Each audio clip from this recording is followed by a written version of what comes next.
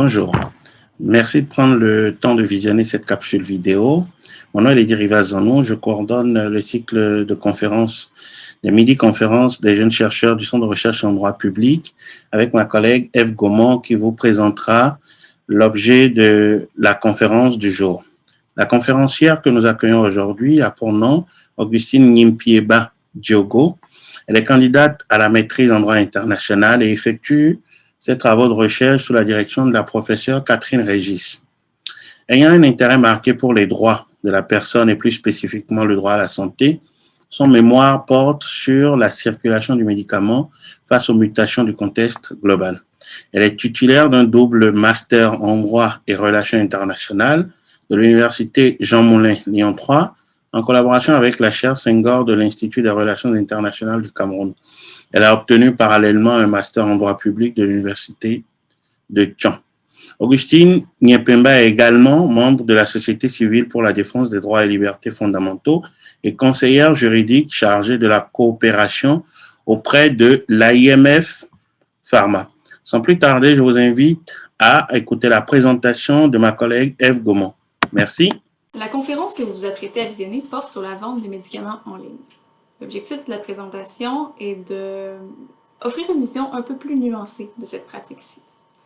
Dans sa conférence, Augustine Nyimpieba Diogo défend la thèse que la vente de médicaments en ligne est évidemment une pratique à surveiller, mais pas nécessairement à condamner. Cette présentation est très instructive, puis on espère que vous allez apprécier votre écoute. Bonjour, mesdames, bonjour, messieurs. Il nous fait plaisir de participer à l'édition 2020-2021 des cycles de midi-conférences des jeunes chercheurs du CRD. Nous tenons à remercier le comité d'organisation de nous avoir permis d'utiliser cette plateforme pour présenter les résultats de nos travaux qui portent sur la vente en ligne des médicaments et des acoustiques. La présentation se fera autour de trois axes, à savoir la définition du cadre conceptuel qui va permettre de délimiter l'objet de l'étude et de comprendre les enjeux juridiques relatifs à la mise en application du médicament ou faire prendre une bonne décision par rapport à la libération et le monde de la vente en ligne des médicaments et les conditions dans lesquelles les médicaments sont vendus en ligne en l'état actuel du droit positif. Pour ce qui est du cadre conceptuel, le médicament désigne selon l'OMS dans son dictionnaire Drug Dictionary Interest toute substance ou composition présentée comme possédant des propriétés curatives et préventives à l'égard des maladies humaines. En l'état actuel du droit et de la jurisprudence, ces éléments ne peuvent pas. La définition précédente ne constitue pas tous les éléments nécessaires pour qualifier un produit de médicament. Il faut prendre en compte les trois éléments qui ont été développés par la doctrine et la jurisprudence, à savoir que le médicament est certes une substance, mais qui est une substance contenue dans un emballage précis sur lequel il tient un certain nombre d'informations et ayant obtenu une autorisation de mise sur le marché. L'autorité nationale ayant délivré l'autorisation de mise sur le marché, ayant défini les conditions de l'obtention et les informations qui doivent être écrites sur son emballage afin d'informer et afin de former les utilisateurs et les autorités sanitaires qui vont vendre le médicament ou qui vont l'utiliser dans le cadre de la thérapie de soins. En définissant le médicament, Santé Canada a fait, à travers la norme, un certain nombre de classifications par rapport aux différents médicaments. Dans le cadre général au niveau international, les médicaments sont le plus souvent subdivisés en deux grandes catégories. Les médicaments qui sont soumis à l'obligation pour leur utilisation ou pour leur usage au contrôle de professionnels et les médicaments qui ne nécessitent pas nécessairement un contrôle professionnel. Au Canada, les médicaments sont divisés en 4 annexes. Les 3 premiers annexes peuvent être vendus sans le contrôle d'un professionnel. et l'annexe 4 pouvant être vendus, considérés également comme étant un médicament ou annexe, pouvant être vendus sans le contrôle d'un professionnel. Ce qui est du commerce en ligne, la loi type de la Convention des Nations Unies sur le commerce international définit le commerce électronique de manière large. Nous nous en tiendrons à la définition donnée par l'OCDE, qui définit le commerce électronique comme étant la vente ou l'achat de biens ou de services effectués par une entreprise, en particulier une administration ou tout autre entité publique ou privée et réalisé au moyen d'un réseau électronique. Dans ces cas, l'OCDE définit 4 types de transactions qui peuvent être effectuées dans le cadre du commerce électronique. Les transactions entre le consommateur et les entreprises, les transactions entre les entreprises et le gouvernement, entre le gouvernement et le consommateur, entre le consommateur et le part via des plateformes achat. Dans le circuit classique, la distribution de médicaments fait intervenir 3 acteurs principaux, à savoir le patient. La vente du médicament fait intervenir 3 acteurs principaux, à savoir le patient et le pharmacien, lorsque le médicament doit être vendu sous le contrôle d'un professionnel ou lorsqu'il est obligé d'être vendu en pharmacie ou n'importe quel commerçant, lorsqu'il s'agit d'un médicament qui entre dans la catégorie des médicaments pouvant être vendus hors du professionnel ou en dehors des pharmacies. Et une autorité également qui est chargée de la prescription, s'occupe de la prescription du médicament. Il s'agit le plus souvent d'un professionnel de la santé ayant acquis la compétence et la qualité requises pour pouvoir effectuer l'ordonnance dans la catégorie de médicaments précis. Il faut toutefois différencier la vente en ligne des médicaments de la télépharmacie, qui consiste en l'utilisation de l'outil informatique dans le cadre de la vente des médicaments. À savoir, par exemple, le fait de transférer son ordonnance médicale à son médecin, le fait d'appeler son pharmacien pour demander un conseil, le fait pour le médecin également d'appeler le pharmacien pour demander, par exemple, le profil pharmacologique de ses patients. 3 modèles de marché se sont développés dans le cadre de la vente au niveau international. Qu'on peut classer en marché ouvert de par les acteurs de l'unitaire, tous les acteurs de l'unitaire, ouvert de par les produits, tous les produits, les médicaments de tous les années pouvant être vendus en ligne, et aussi ouvert de par le territoire. Et actuellement, par rapport aux études que nous avons menées et que nous avons consultées, aucun État n'a encore permis la vente ou l'achat passif. La vente sur son territoire des médicaments venant de n'importe où, de toutes les catégories de médicaments venant de l'Europe. Les citoyens peuvent aujourd'hui acheter des médicaments à l'extérieur, mais ce sont des médicaments qui n'entrent pas, qui ne sont pas soumis à l'obligation d'ordonnance. Parce que l'exécution de l'ordonnance requiert le fait d'exercer, d'avoir la qualité ou d'avoir reçu l'autorisation d'exercer dans l'état où on délivre le médicament. Et le marché restreint qui se fait avec ou sans le monopole du pharmacien. Le marché restreint est restreint de par les acteurs qui peuvent intervenir. On restreint le marché en préservant, par exemple, le monopole pharmaceutique.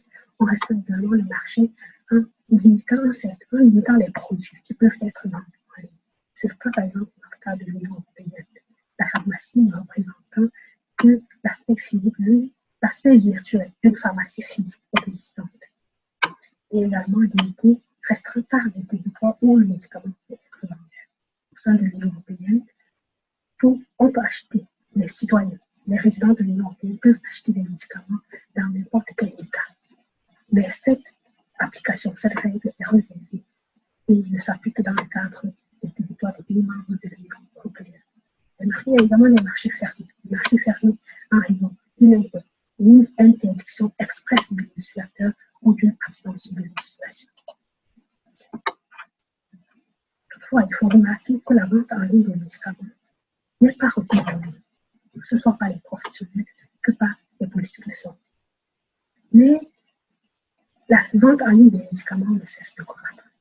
tel qu'on peut le voir au travers des chiffres par rapport aux revenus, aux prévisions des revenus d'ici 2027. Mais ces tendances ont été élaborées avant la pandémie du coronavirus qui a conduit au confinement et donc à l'augmentation des achats en ligne. Ce qui amène les autorités à se questionner la doctrine, respecter sanitaire, respecter législative à s'interroger par rapport aux problématiques que soulève cette pandémie. On peut les regrouper autour de ces principales, à savoir la qualité de l'information disponible sur les médicaments en ligne, la place du médecin dans l'élaboration du diagnostic, de la prescription de l'ordonnance, la place du pharmacien dans la délivrance du médicament, la fiabilité du produit et du vendeur en ligne, et les risques qui sont liés à l'automédication et ceux liés aux médicaments non utilisés. Du point de vue juridique, il a été question pour le législateur et pour la doctrine de s'interroger sur la capacité du système, de la mise en œuvre d'un système de régulation apte à assurer la qualité des médicaments en ligne et la protection des différentes parties prenantes.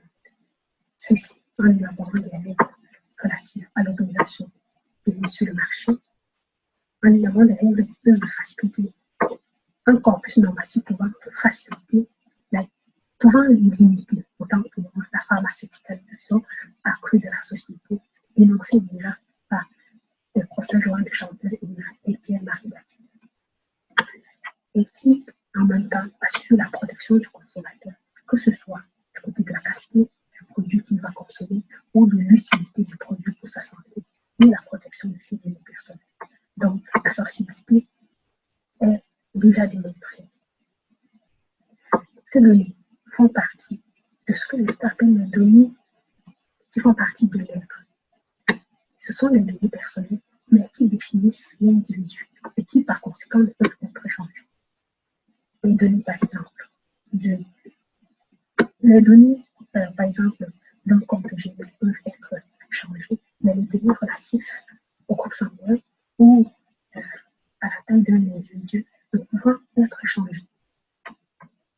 Et également les règles pouvant assurer le respect de l'équilibre contractuel et la protection de la profession des pharmaciens. Toutefois, cette nécessité est liée des dérives qui sont liées à la vente en ligne des médicaments, à savoir l'utilisation de la presse d'un pays reconnu pour sa rigueur, le bas prix pour tromper la vigilance de l'acheteur. Silianos, en 2005, a effectué une étude dans laquelle il a plus de 1900 sites. Sur près de 1900 sites étudiés, seulement 21% étaient déclarés au Canada. Alors que ces sites disaient aux consommateurs qu'il s'agissait des sites qui ont été déclarés et qui ont eu une autorisation de la part du gouvernement canadien ou de l'autorité provinciale canadienne. Il s'agit également de régler de l'usurpation de type. Plusieurs sites utilisant également des plateformes en ligne pour tromper la vigilance du consommateur en faisant croire qu'il est en train d'acheter au sein d'une pharmacie réglementée ou ayant obtenu une autorisation. Et aussi qu'il y a un médecin qui a reçu l'autorisation d'exercice et qui peut les prescrire les médicaments dont il a besoin. Le plus gros a été la circulation des médicaments contrefaits, qui non seulement est un problème de santé publique, mais qui affecte l'économie, le système économique dans son ensemble. Les chiffres à cet effet sont assez inquiétants.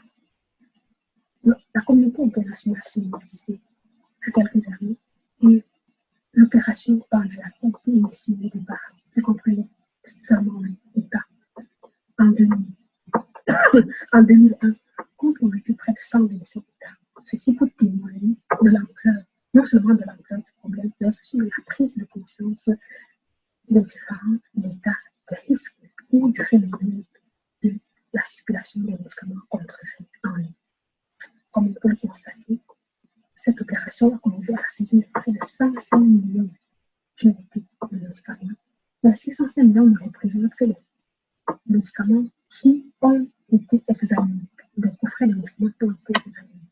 La plupart passant par la poste comme le secteur marchandise, jusqu'à un réseau du respect du secret de la correspondance. Le colis ne pourra être filé à la poste que lorsqu'il y a des risques ou s'il y a des doutes par rapport à la sécurité de ce produit, par rapport à la légalité, au respect de la légalité par la personne qui l'a envoyé.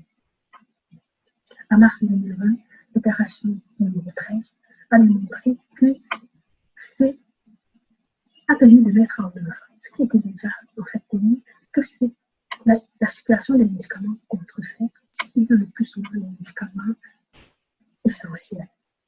C'est ainsi qu'on a constaté une fleurie des sites conduisant, conduisant à des sites pouvant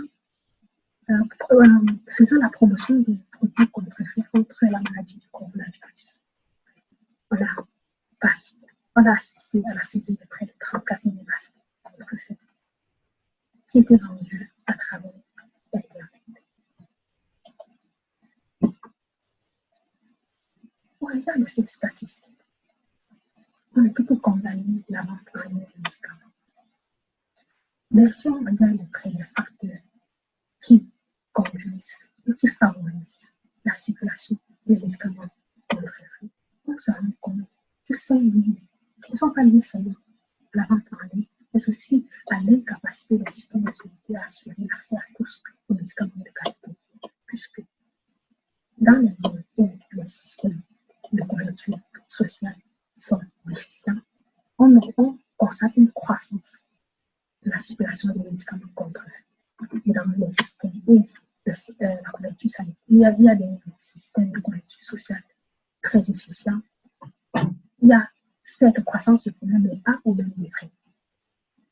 Et aussi, les enjeux et les facteurs sont liés à la chaîne logistique, en raison de la grande porosité des frontières. Donc, ce n'est pas seulement la vente en ligne qui cause, qui est le fondement, la raison de l'achat en ligne des médicaments contrefaits. C'est parce que les individus, le plus souvent, se trouvent dans l'incapacité d'acheter ou de se procurer les médicaments dont ils ont le plus besoin.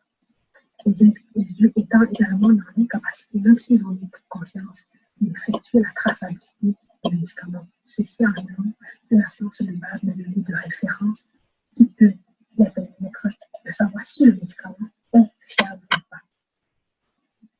Ces facteurs sont également liés à l'élaboration de législation pouvant faciliter le contrôle de l'accès aux données, l'obtention de l'autorisation de vente au sein de plusieurs États.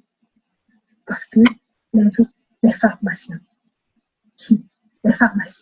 qui veulent respecter la légalité sont interdits de vendre parce qu'ils ne veulent pas enfreindre la loi, alors que ceux qui sont illégaux s'opèrent en toute impunité ou à des risques payés très faibles sur la loi. C'est pour cela qu'on ne peut penser à un renforcement de l'effectivité des normes et des politiques internationales sur la circulation des médicaments afin de combattre ce fléau. Puisque, tel qu'on a pu le constater avec les statistiques, il y a une certaine croissance par rapport à la vente en ligne des médicaments.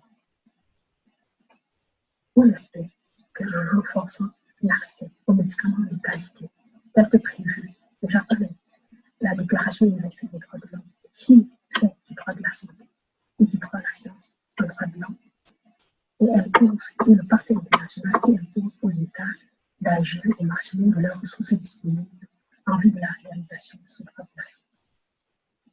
Mais tout de même, si cela paraît encore un objectif assez grand, on espère qu'il y aura une effectivité par rapport au respect des règles de la Déclaration de Montréal qui a reconnu l'accès aux médicaments, au traitement pharmaceutique essentiel comme un droit fondamental, même pour les gens qui n'ont pas les moyens de ça. Les législateurs et la communauté internationale ont adopté un certain nombre de résolutions et de programmes afin d'assurer cette accessibilité et la réalisation de ce droit d'accès aux médicaments essentiels et de qualité. Donc, c'est entre autres le programme de pré-certification des médicaments de l'OMS qui a été pris dans le cadre de la lutte contre le VIH-Sida et qui a limité la croissance de la vente des médicaments contrefaits qui peuvent soigner le VIH-Sida. On peut également citer l'adoption du programme pharmaceutique BNCS 2030 de l'OMS qui a permis l'élaboration, qui a pour objectif, tant pour moi, d'atteindre de la couverture sanitaire internationale et d'améliorer les capacités techniques des systèmes de santé.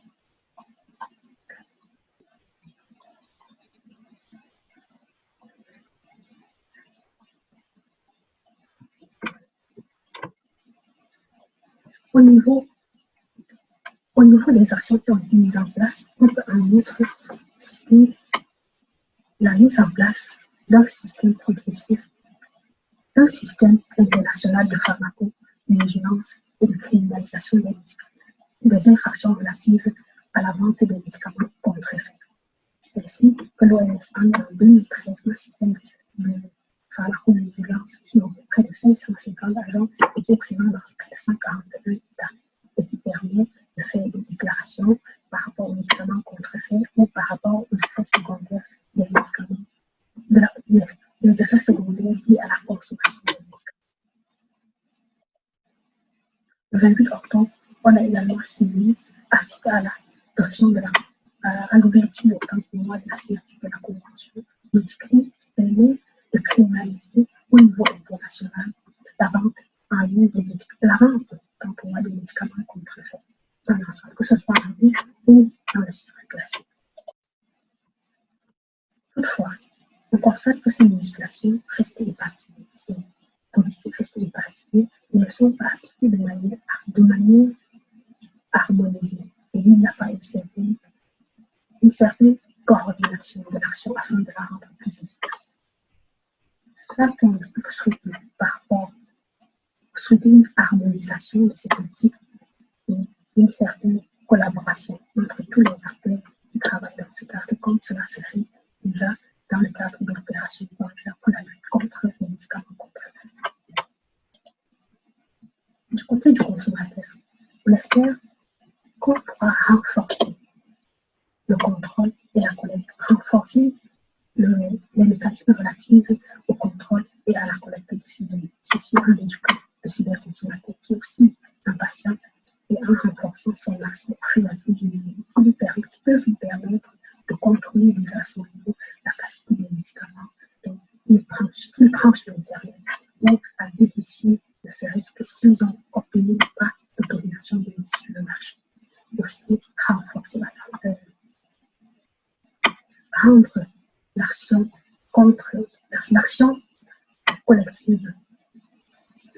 l'action collective pour les problèmes liés à la vente en ligne des médicaments transnationaux afin de favoriser la dénonciation des sites qui vendent des médicaments, des médicaments contrefaits dans plusieurs États. En conclusion, comment dire qu'il faut prendre en compte, comme le dit si bien Michel Serres, cité par le professeur Alexandre Cotteret et ses catégories. Il faut prendre en compte dans l'adoption, dans l'entrée des technologies, dans le cadre de la vente des médicaments, prendre en compte ce que l'on paie et ce que l'on gagne. On gagne par rapport à l'accessibilité, on gagne par rapport à la collaboration entre les professionnels, on gagne par rapport à la disponibilité pour tous, la possibilité pour tous d'avoir accès aux médicaments de qualité et aux nouveaux médicaments, de connaître au moins les médicaments disponibles. Il existe, ne pas oublier qu'il y a des risques qui sont, comme on l'a vu, à la circulation des médicaments contrefaits et à l'utilisation qui se prépare de malfaiteurs. C'est pour cela que le défi reste grand. On va créer une législation ou encore plus un système de régulation qui puisse assurer la protection du consommateur déjà dans le commerce électronique, au sens général, est de plus en plus considérée comme la partie faible. Je vous remercie de votre aimable attention et pour toute question ou suggestion, vous êtes la bienvenue afin de renforcer la qualité de notre travail. Merci.